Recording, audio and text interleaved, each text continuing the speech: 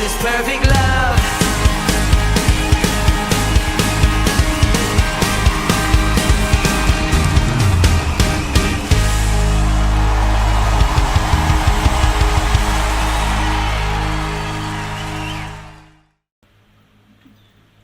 Shalom, Bapak Ibu Saudaraku yang terkasih di dalam Tuhan. Kejadian 7 ayat 5. Demikian firman Tuhan. Dan orang Mesir itu akan mengetahui bahwa akulah Tuhan apabila aku mengacungkan tanganku terhadap Mesir dan membawa orang Israel keluar dari tengah-tengah mereka.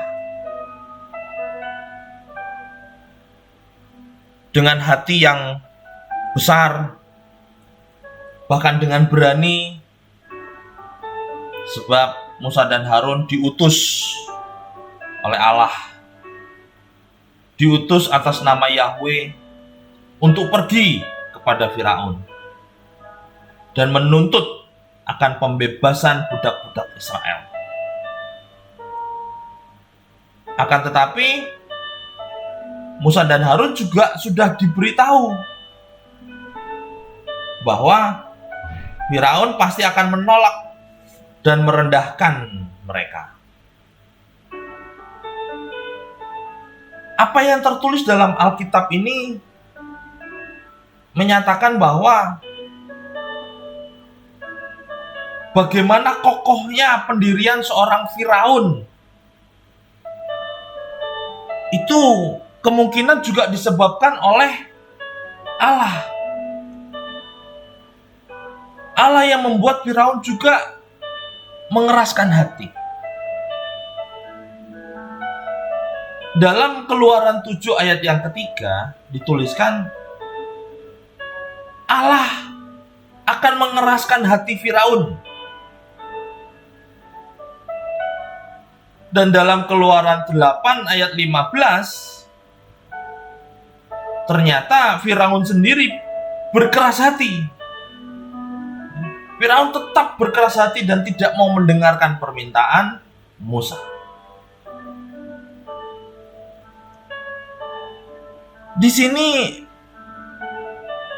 apa yang tertulis di dalam Alkitab, narasi-narasi yang tertulis dalam Alkitab itu menunjukkan bahwa Allah bekerja dalam segala hal.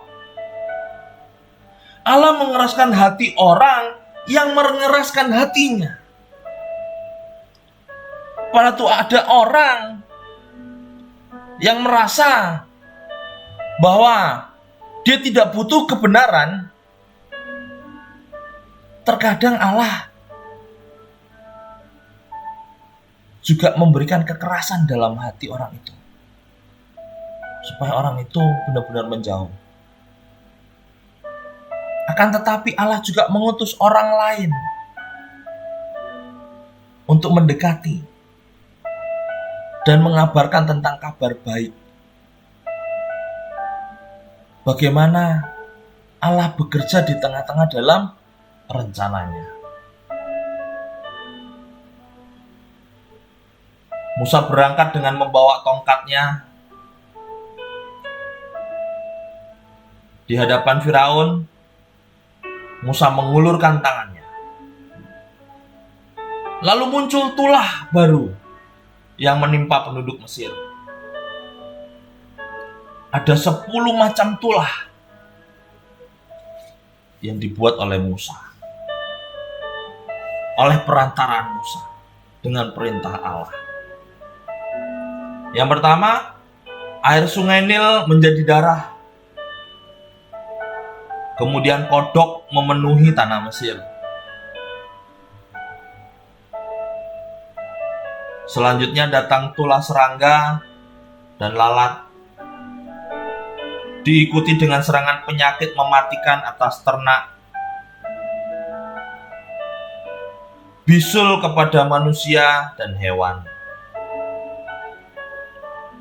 Hujan es merusak panen dan menggunduli pepohonan, dan sejumlah besar belalang memakan apa saja yang tersisa dari hujan es. Lalu tanah Mesir diliputi kegelapan aneh, dan sebagai titik klimaks yang begitu mengerikan dan menggoyahkan seluruh tanah Mesir, yaitu semua anak pertama dari manusia dan hewan mati. Di sini tidak semua tulah itu supernatural. Serangan belalang bisa jadi merupakan gejala alami yang bisa dianggap biasa. Ada musim, ada cuaca, ada suhu udara. Tapi ajaibnya, belalang-belalang masuk ke Mesir ditiup angin timur. Tepat pada saat Musa mengangkat tongkat.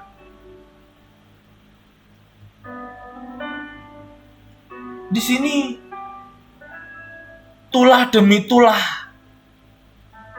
membombardir tengah-tengah bangsa Mesir. Tapi Firaun tetap kukuh dengan pendiriannya. Sampai di titik terakhir, seluruh bangsa Mesir termasuk ternaknya kehilangan semua yang sulung. Dan itu semua harus terjadi untuk menggenapkan apa yang Tuhan rencanakan. Walaupun Allah sendiri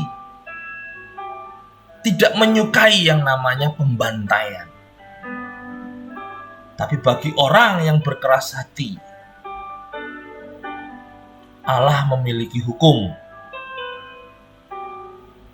Bagaimana Allah bekerja di tengah-tengah umatnya. Apa yang dimaksud dengan tulah yang turun di tengah-tengah bangsa Mesir? Tulah diturunkan oleh Allah dengan tujuan menghukum orang Mesir yang dikatakan mereka terlalu keras kepala, dan sekaligus untuk meyakinkan Firaun agar segera membebaskan bangsa Israel. Itu tujuannya. Tapi maksud utama dari semua yang terjadi saat itu bisa kita pahami di Kejadian 9 ayat 14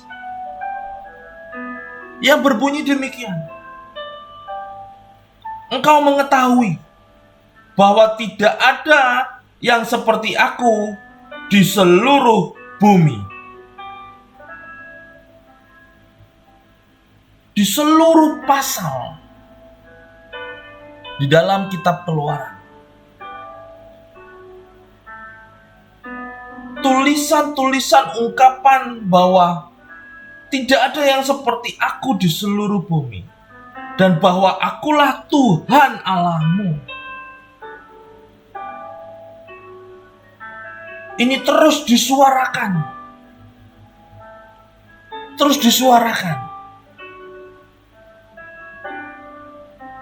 Agar kita manusia mengetahui bahwa Dia adalah Allah. Tidak hanya untuk bangsa Mesir,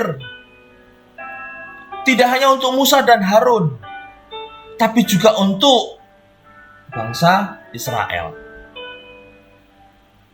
Mungkin juga banyak di tengah-tengah bangsa Israel orang-orang yang dibilang umatnya dan takut akan Allah. Terkadang mereka tidak percaya dengan kuasa dan otoritas Allah. Lalu mereka berkata, aku tidak pernah melihat Allah. Allah toh juga tidak kelihatan. Tapi di sini sekali lagi, Allah adalah Allah yang adil. Allah mengokohkan juga apa yang Allah mau rencanakan. Allah memastikan dan memateraikan.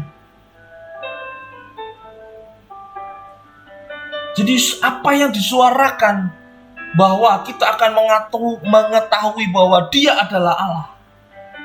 Seolah-olah Allah mau menjabarkan bahwa tidak ada di kolong langit ini, tidak ada di bumi ini